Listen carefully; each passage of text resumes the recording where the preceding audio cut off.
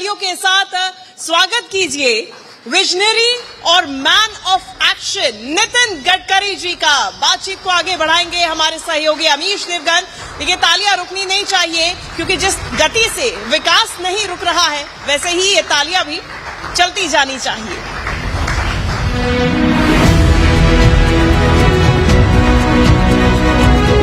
We have on stage the man of action, Mr. Nitin Gadkari.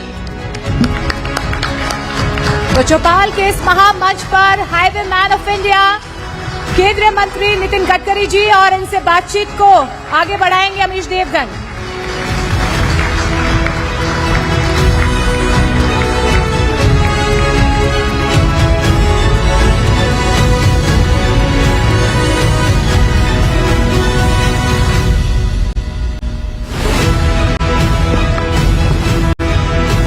नमस्कार, मैं हूं अमीश देवगन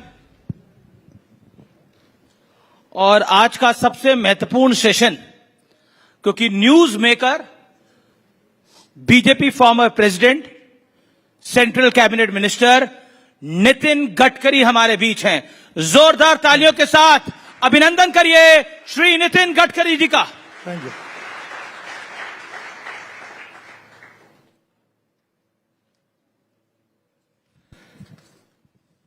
नितिन जी, आपका अभिनंदन है। Thank you. मेरा पहला सवाल आपसे यही है कि कुल मिलाकर देश में नरेंद्र मोदी की सरकार तीसरी बार वापस लौट के आई है, लेकिन इस बार नंबर थोड़ा कम आया तो लगा कि ये सरकार थोड़ी हिचकोले खा के चलेगी, लेकिन 1.5 साल से ये गाड़ी सरपट दौड़ रही है। क्यों?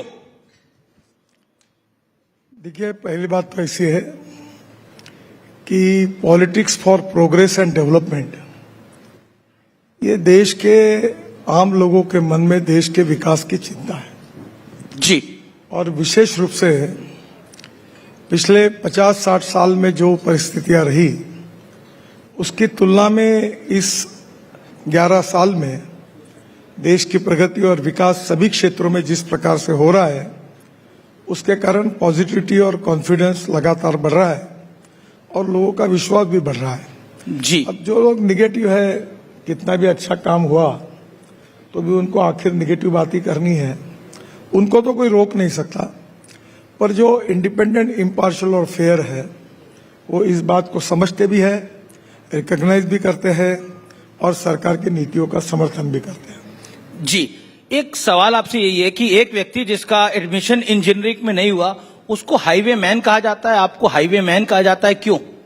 ये मुझे पता नहीं, मैं तो नितिन गडकरी हूं और वही कहना लोग मुझे कहेंगे पसंद करूंगा। अब ये मैं 95 से इस क्षेत्र से संबंधित हूं, क्योंकि महाराष्ट्र में जब हमारी सरकार आई थी तो मुंबई में 55 उड्डान पुल, वर्ली बांद्रा सीलिंग प्रोजेक्ट और मुंबई पुणे एक्सप्रेस हाईवे ये करने का सौभाग्य मुझे मिला। बाद में मोदी जी आने के बाद इसी डिपार्टमेंट में काम करने का मौका मिला। अब वो स्वाभाविक रूप से इतने साल हाईवे, रोड, ब्रिजेस, टनल्स इसमें काम कर रहा हूं, तो बाला साहब ठाकरे मुझे कहते थे कि ये पुल करी है गडकरी के बजाय। तो कभी ना कभी कोई बातें कुछ मजाक में कही जाती है, तो ऐसी बात कही होंगी लोगों ने। आप ऑटोमोबाइल सेक्टर में जिस तरह के बदलाव की बातें करते हैं, क्या आपको लगता है वो संभव भी हो पाएगा भारत के अंदर? क्योंकि ऐसा लगता है कि कुछ चीजें चलती तो हैं लेकिन दूर तक नहीं जाती। देखिए, पहली बात तो ऐसी है कि इसी होटल में आज से 6-7 साल पहले जी एक चैनल के प्रोग्राम में मुझे एक पत्रकार ने पूछा था कि इलेक्ट्रिक कार अगर आप बोल रहे आएगी और रास्ते में अगर बंद पड़ेगी तो धक्का मारने के लिए आप आओगे क्या?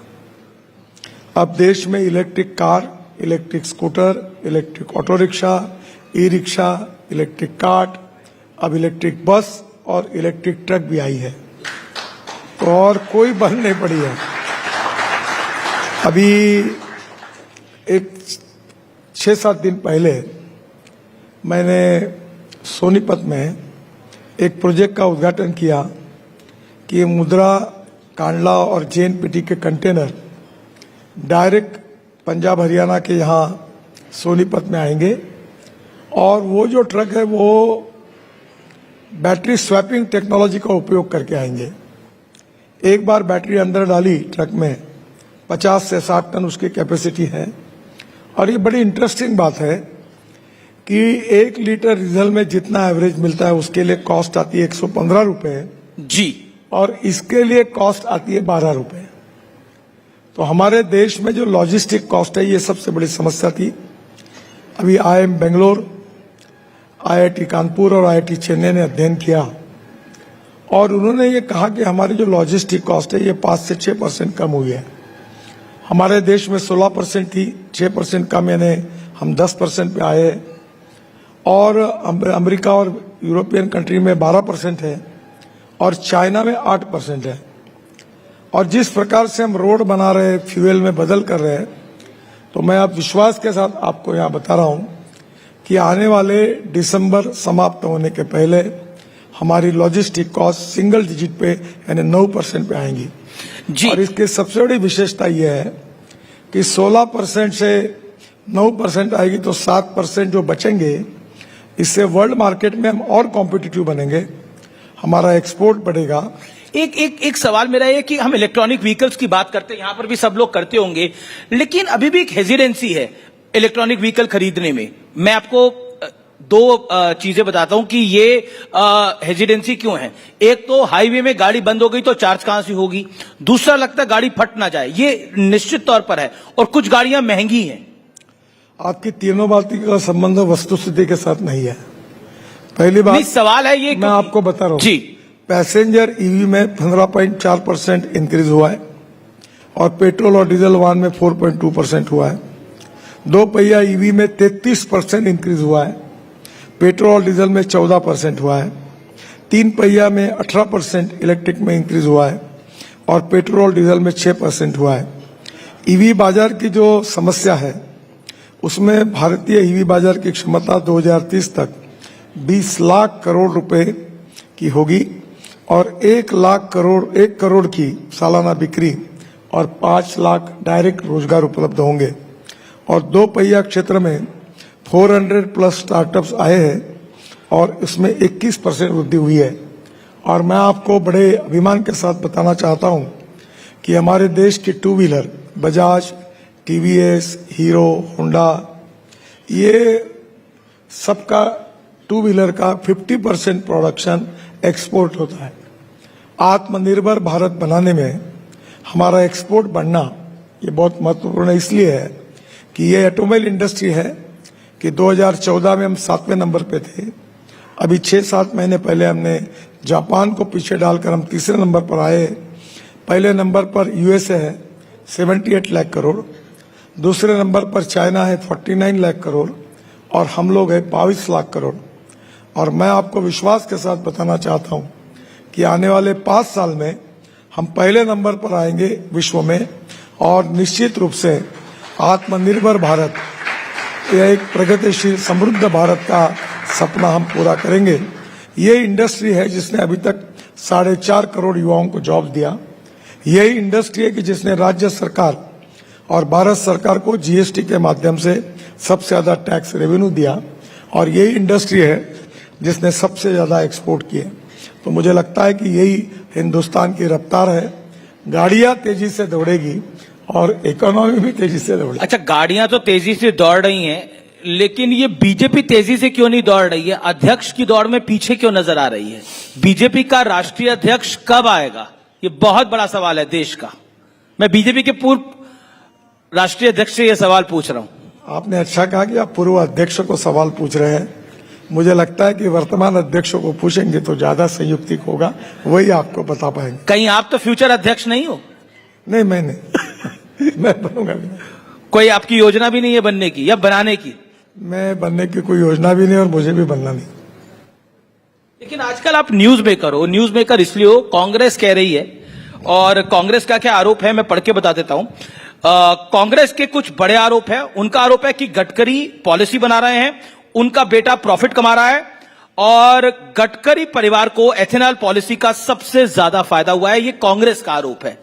इस पर आप क्या जवाब देना चाहते हैं? आज ये बड़ा मंच है। अच्छा किया आपने सवाल पूछा। जी, हमारे देश में 1400 करोड़ इथेनॉल सरकार खरीदती है। उसमें से इथेनॉल आने के पहले हमारी शुगर फैक्ट्री थी जो बेटे चलाते हैं, और उसमें अल्कोहल बनता था, और टोटल सप्लाई में 0.5% से भी कम उसका सप्लाई है। करीब 500-550 उद्योग इथेनॉल सप्लाई करते हैं। और सबसे बड़ी बात है कि इथेनॉल का टेंडर निकलता है, पेट्रोलियम मिनिस्ट्री निकलती है, और इथेनॉल की प्राइस कैबिनेट में पास होती है। पहली बात, ethanol, methanol, biodiesel, LNG, electric, isobutanol, hydrogen. अभी मैं हाइड्रोजन की गाड़ी में आया हूं जी। मैं ये सब प्रचार इसलिए करता हूं कि हमारे देश में 22 लाख करोड़ रुपए का फॉसिल फ्यूल इंपोर्ट होता है। ये दिल्ली के लोग जानते हैं कि इसके कारण 40% प्रदूषण दिल्ली का फॉसिल फ्यूल के कारण है। लोगों का जिंदगी कम होती जा रही है, और 22 लाख करोड़ देश के इकोनॉमी के बाहर जाना, क्या भारत स्वदेशी और स्वावलंबन के आधार पर आत्मनिर्भर नहीं बनना चाहिए? क्या 22 लाख करोड़ का इंपोर्ट खत्म नहीं होना चाहिए? क्या देश में जो प्रदूषण हो रहा है उसके बजाय अल्टरनेटिव और बायोफ्यूल देश में तैयार करके हम प्रदूषण को समाप्त नहीं करना चाहिए? देश के किसान अगर अन्नदाता, ऊर्जादाता, ईंधनदाता बनते हैं जी, तो देश के ग्रामीण क्षेत्र का विकास नहीं होगा।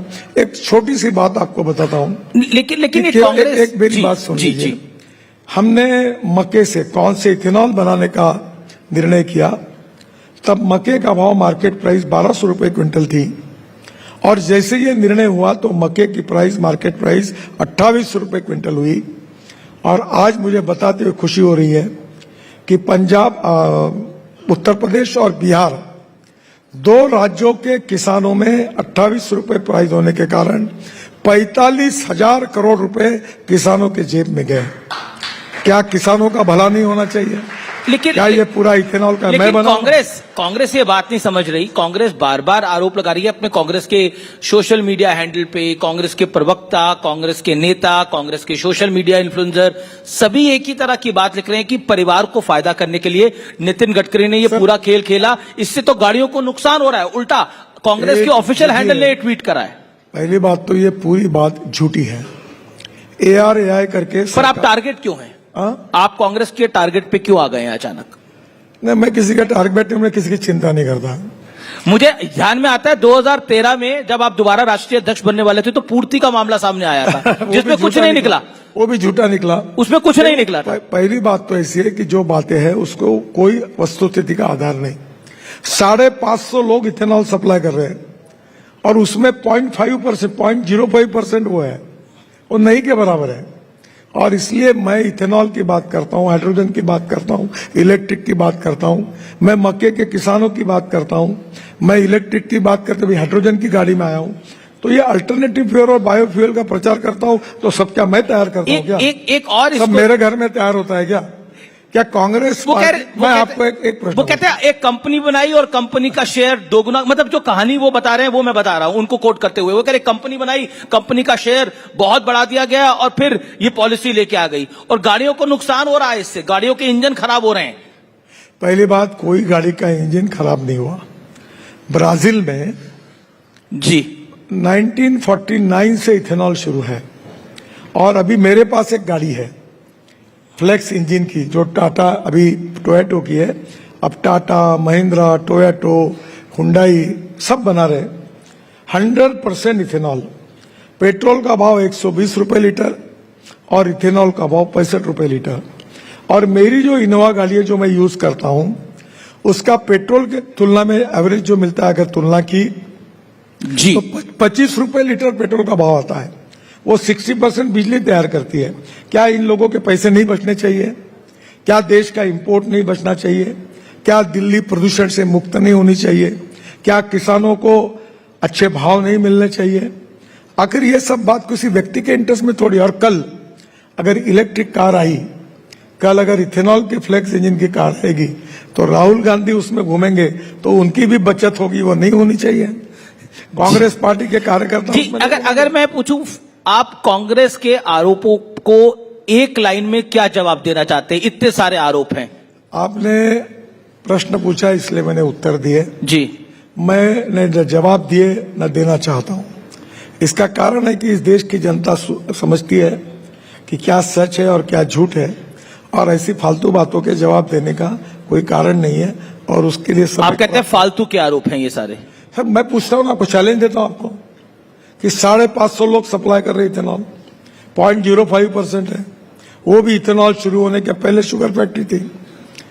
और मुझे बताइए कि 1400 करोड़ लीटर में 1 लाख करोड़ किसानों के जेब में गए, 1.5 लाख करोड़ देश के बच गए, फॉरेन एक्सचेंज कम हुआ।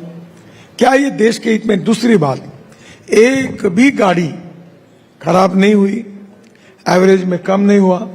ओईएम के मैन्युफैक्चर जो लोग हैं उन्होंने, और ARAI करके जो अथॉराइज इंस्टीट्यूशन है उन्होंने प्रेस कॉन्फ्रेंस लेके सर्टिफाई किया।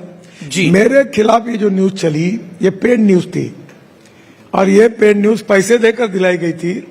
और वो जो न्यूज थी वो झूठी गाड़ी खड़ी की, फिर उसमें चल नहीं रही, किक मारी, एक भी तकरार नहीं आई। ये पूरा नाटक, पेड नाटक था।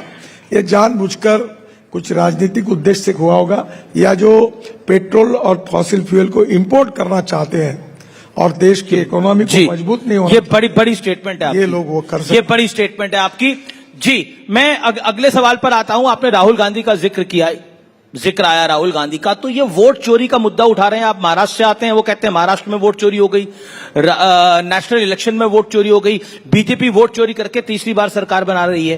क्या कहना चाहते हैं? देखो, चुनाव में हार जीत होती है। जी, हम भी अनेक बार चुनाव हारे हैं, कांग्रेस भी जीती है। और जब चुनाव हारते हैं तो आरोप प्रत्यारोप होते हैं। वो कह रहे वो प्रूफ दे, और मुझे लगता है कि तकरार करें, कोर्ट में जा सकते हैं, चुनाव आयोग के पास जा सकते हैं, उनको अधिकार है। बाकी ये सब बातों की चर्चा करना जिसका आधार नहीं, मुझे लगता है उसमें कोई मतलब नहीं। वो बिहार चुनावों में भी SIR का मुद्दा उठा रहे हैं। वो कह रहे हैं वोट चोरी हो रही है, और वो उसमें जाति की बात भी करते हैं। क्या कहना चाहते हैं आप? नहीं, अभी तो कोर्ट ने भी इसमें हस्तक्षेप किया हुआ है, और मुझे लगता है इंडिपेंडेंट, इम्पार्शियल और फेयर चुनाव होने चाहिए। और लोकतंत्र में भारतीय जनता पार्टी उसके लिए कटिबद्ध है, और चुनाव की कोई धांधली हुई नहीं, और हमारा इस प्रकार के कोई कार्य में भारतीय जनता पार्टी का कोई इंटरेस्ट नहीं। जी, लेकिन अब आपको लगता है राहुल गांधी थोड़ी मेहनत करने लग गए हैं? हालांकि अभी तो छुट्टी पे गए हुए थे, वापस आ गए हैं, लेकिन अब मेहनत करने लग गए हैं। बड़ी यात्रा निकाली उन्होंने, वोट अधिकार यात्रा निकाली बिहार के अंदर।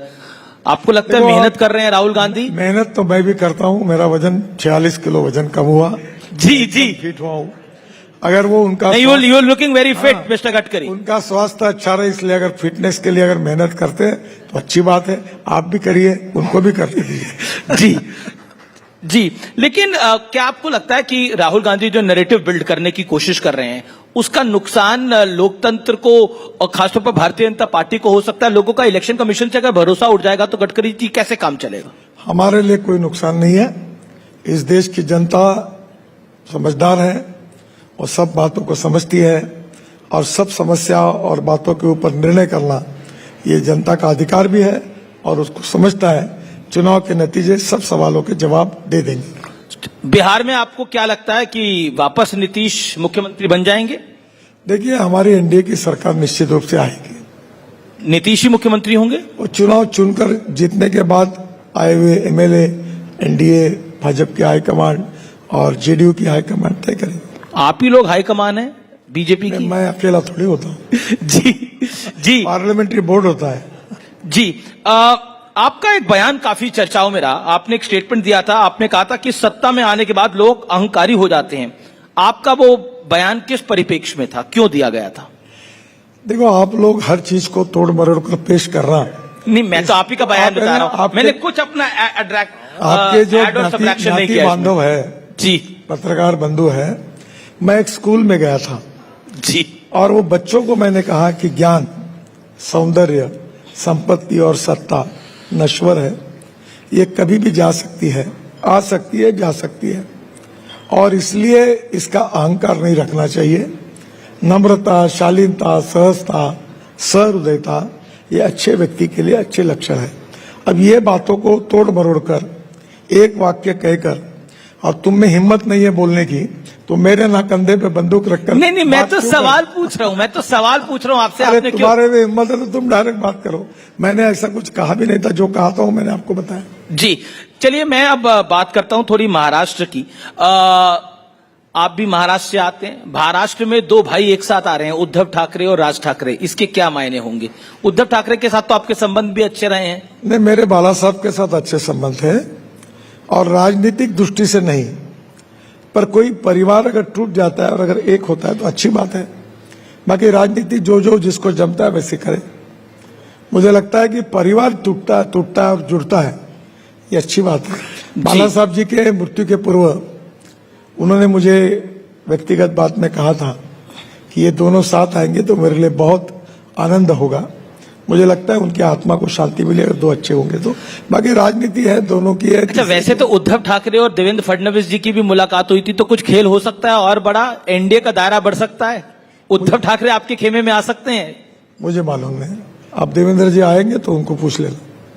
आपको क्या लगता है, आना चाहिए नहीं आना चाहिए? नहीं, मैं आजकल मुंबई कम जाता हूँ, मैं डायरेक्ट। मुंबई तो कम जाते हैं, लेकिन मैं पूछ रहा हूँ उद्धव ठाकरे जी को एनडीए के खेमे में आना चाहिए नहीं आना चाहिए? नहीं, ये तो निर्णय उद्धव ठाकरे और भारतीय जनता पार्टी के श्रेष्ठी तय करेंगे। जी, आपका संघ से काफी जुड़ाव रहा है, संघ के 100 वर्ष पूरे हुए हैं। संघ और भारतीय जनता पार्टी के संबंधों को आप कैसे देखते हैं?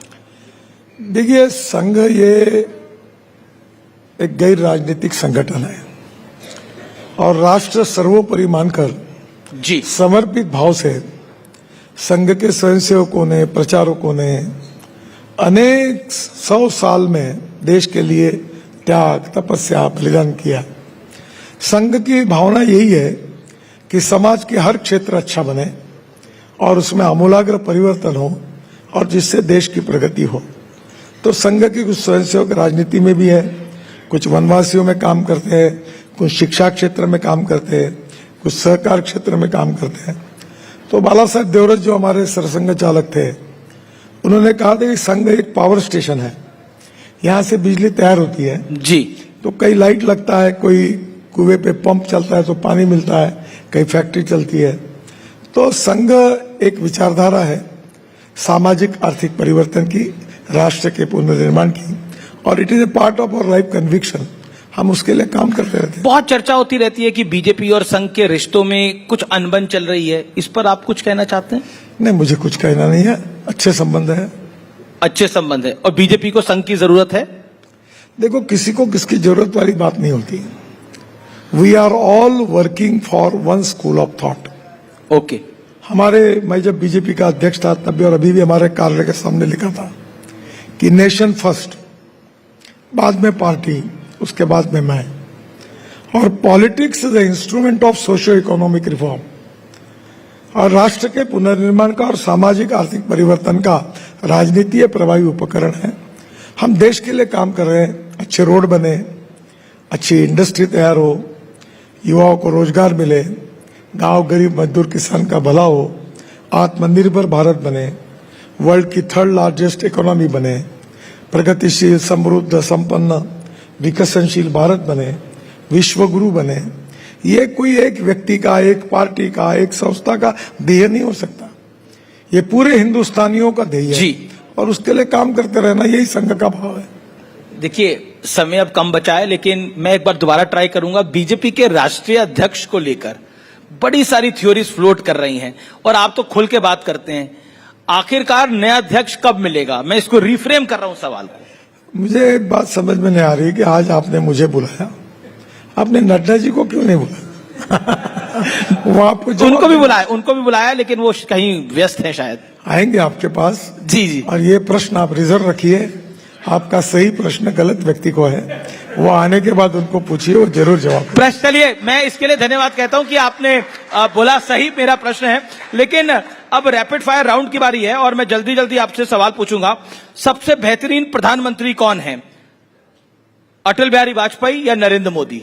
दोनों भी अच्छे हैं। एक को चूज करना पड़े तो? नहीं, दोनों भी अच्छे हैं। दोनों ही अच्छे हैं। विपक्ष का बेहतर नेता कौन है, राहुल गांधी, अखिलेश यादव या तेजस्वी यादव? देखिए, तो विपक्ष में जो बैठे वो लोग तय करें, मैं क्यों तय करूं? जी। और मेरा अगला सवाल जो है वो रैपिड फायर राउंड में ये है, नितिन गडकरी आने वाले 10 साल में अपने आप को कहां देखते हैं? मैं कहीं नहीं देखता। 2-4 रहे न रहे तेरा वैभव अमर रहे माँ। मैं इस देश के लिए, ये समाज के लिए जी, और गांव गरीब मजदूर किसान के लिए मैं काम करना चाहता हूं। मैं कोई साधु सन्यासी त्यागी तपस्वी नहीं हूं, कॉमन मैन हूं। अपना घर परिवार संभालकर इस देश के लिए और समाज के लिए अच्छा काम जितना कर सकता हूं उतना करूंगा। दिल्ली में 1.5 लाख करोड़ के हाईवे बना रहा हूं अभी, और ये होटल के नीचे से भी टनल बनाने का सोच रहा हूं। इस होटल के नीचे से भी टनल बनाने का सोच रहे हैं? ये ताल कटोरा से नीचे से टनल डायरेक्ट गुड़गांव में निकालने के लिए जी, अगला ताकि आपको सुविधा मिले। नहीं, बड़ा जाम लगता है। एयरपोर्ट में एयर स्ट्रिप के नीचे से टनल बनी है, द्वारका एक्सप्रेस हाईवे बना, UR2 बना, अब दिल्ली देहरादून बन रहा है। तभी तो आप हाईवे मैन है। मेरा अगला रैपिड फायर राउंड का सवाल आपसे यह है कि आपका परिवार राजनीति में आएगा, यस और नो? मेरे परिवार में कोई राजनीति में नहीं है, और मेरी इच्छा यही है कि हर किसी के परिवार में किसी का लड़का लड़की होना गुनाह नहीं है। मैंने पोस्टर चिपकाने से काम शुरू किया, बिल्कुल, वो भी अपना काम करे और उनको आना है तो आए, पर मेरा लड़का है कर लड़की है करके एकदम सामने आके बैठे ये नहीं होगा। और मैंने उनको बताया कि मेरी राजनीतिक विरासत पर अधिकार जिन कार्यकर्ताओं ने मुझे बड़ा बनाया उनका है, जी जी, बाकी मेरी संपत्ति है वो सब आपकी। एक लाइन में जवाब। कुछ तस्वीरें आएंगी, मैं तस्वीरें दिखाता हूं, एक एक करके तस्वीरें आएंगी। मुझे भी नहीं पता कौन कौन सी तस्वीरें सिलेक्ट करी है हमारी टीम ने। पहली तस्वीर दिखाई जाए। पहली तस्वीर सामने आ गई है। राहुल गांधी हैं हवाई जहाज के साथ। क्या कहना चाहते हैं आप? कुछ नहीं, हवाई जहाज में बैठकर घूमना चाहते होंगे। जी जी, अब पब्लिक भी कुछ बोल रही है, लेकिन अगली तस्वीर देखते हैं कौन सी आ रही है। आइए दिखाते हैं अगली तस्वीर। देवेंद्र फडणवीस, एकनाथ शिंदे, उद्धव ठाकरे। क्या बोला? बेहतर मुख्यमंत्री कौन? मेरे हिसाब से देवेंद्र फडणवीस ही अच्छे। देवेंद्र फडणवीस शिंदे से भी बेहतर है? नहीं, देवेंद्र फडणवीस अच्छे, वो भी अपने आप अच्छे हैं, पर अगर तीनों में है तो देवेंद्र जी ने अच्छा काम किया। जी, अगली तस्वीर देखते हैं कौन सी आ रही है। आपकी तस्वीर है संघ की शाखा में। क्या कहना चाहते हैं? कुछ नहीं, दशहरे का कार्यक्रम होता है, आपने मेरी तस्वीर केवल दिखाई, उसके बाजू में देवेंद्र भी खड़ा है, उसके बाद तो हम लोग दशहरे के दिन हम हर साल दशहरे के कार्यक्रम में पूरी यूनिफॉर्म में उपस्थित रहते हैं स्वयं के नाते। जी, गडकरी जी, आपने न्यूज 18 को आपने समय दिया। आप इस मंच पर आए चौपाल के, और बेबाकी से आपने सभी सवालों का जवाब दिया। इसके लिए बहुत बहुत धन्यवाद। और मेरा आपको कॉम्प्लीमेंट, आपने काफी वेट रिड्यूस किया है और आप इंस्पिरेशन है देश के कई लोगों के लिए। Thank you so much sir. Thank you very much.